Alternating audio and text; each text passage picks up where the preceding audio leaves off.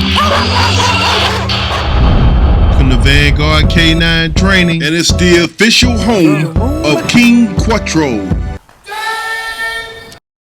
Environment exposure.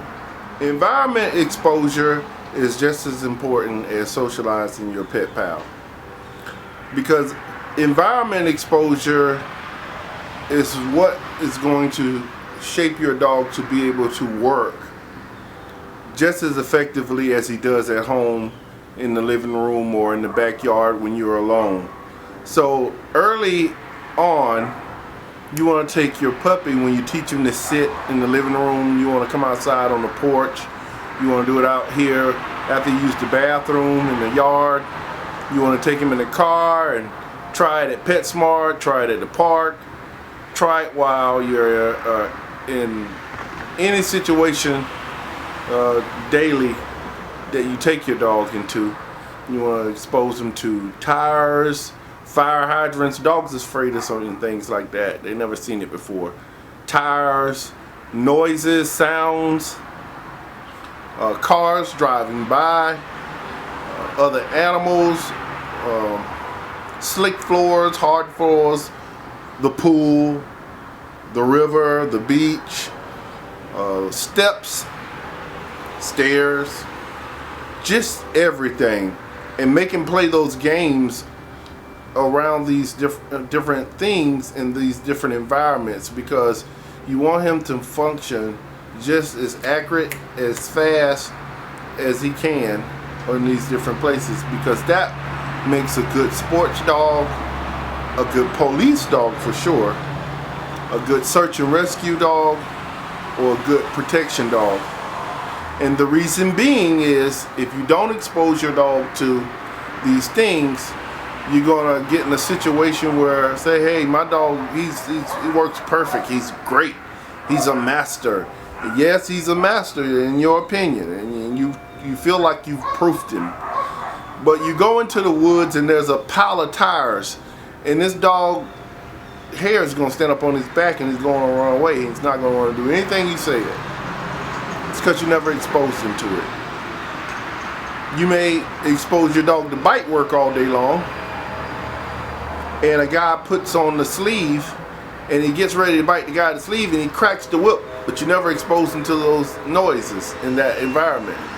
And a dog he's not gonna take hold, he's gonna run off. You're gonna feel embarrassed, you're gonna be upset with the training, you're gonna be upset with the dog, and you're gonna think that, you know, all that you've done has been a failure. And it's not a failure, it's just that you had to expose them to that situation.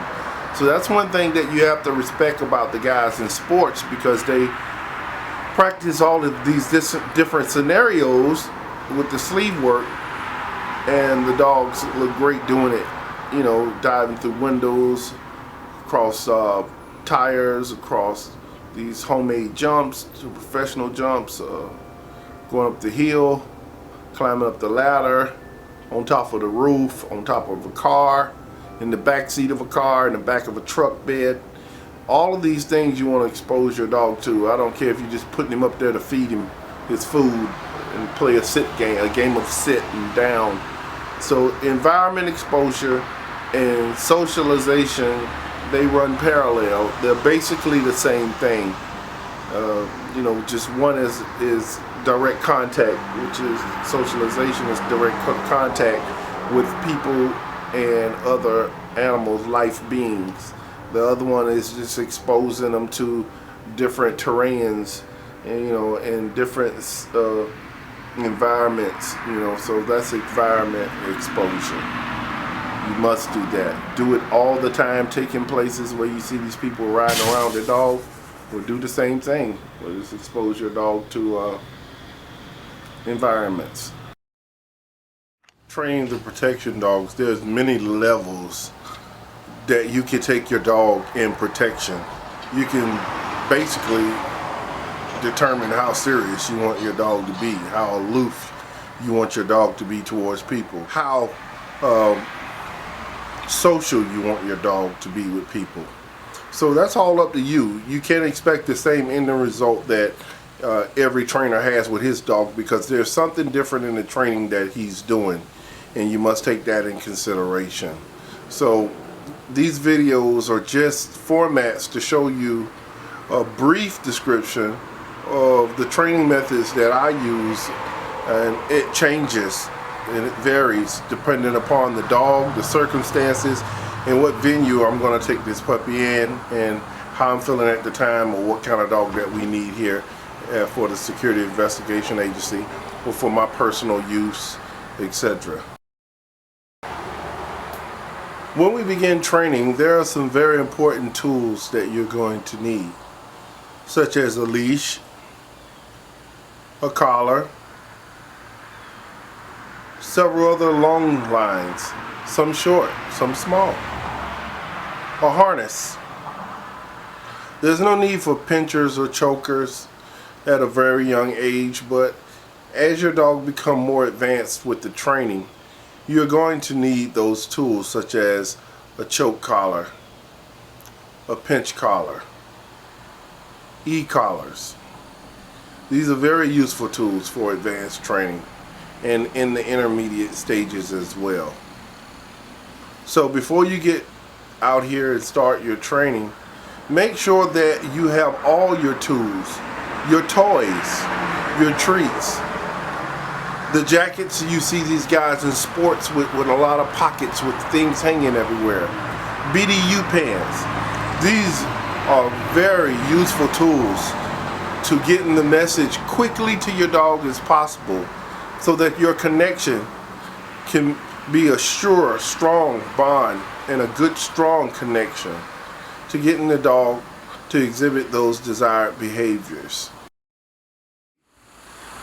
Most likely, if you got a dog from this line, regardless of what it is, who it came from, and all of the other hogwash of the politics, the games they play, it's most likely a dog that has the attributes and the characteristics to become a working dog.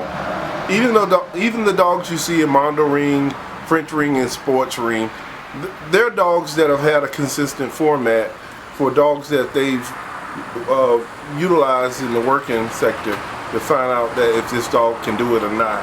So the next thing would be to say, hey, does this dog produces dogs like himself or better? Okay, if the dog has several other offsprings that you've seen personally online working or in person, or other people say it, hey, most likely you've chosen the right dog. But me personally, I like to create a friendship with someone who lives the lifestyle, who live by the laws of the blood lineage dogs in Europe with a BRN number. These are not necessarily papered dogs like the AKC or the UKC. This is what I like.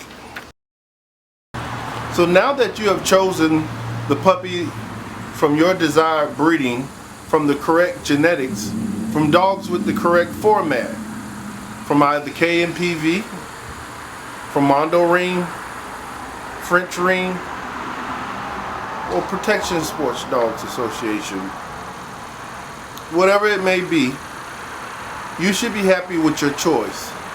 So now we can say this dog is worth my time training, because you don't want to waste time. Training a dog that doesn't have the attributes is very exhausting. It can be very frustrating and discouraging to make you walk away from dog training or dogs completely. This is the main reason you see some people in dogs for a while, and some dog trainers are here for a long lifetime. You have your tools, your treats, the information, and now you have in your mind the language you're going to use to train your dog. You don't want to start training and don't know the language that you think you want to train your dog in. It's not second nature to you. You're going to make a lot of mistakes trying to pronounce these words and matching the correct timing with the behavior that the dog that you need to exhibit. So stick with what you know, whether it's your native tongue English or Dutch, French, German, Spanish, etc. Stick with what you know. So it's time to start training, because we are in the military mind with this dog, and he's going to be the best for you.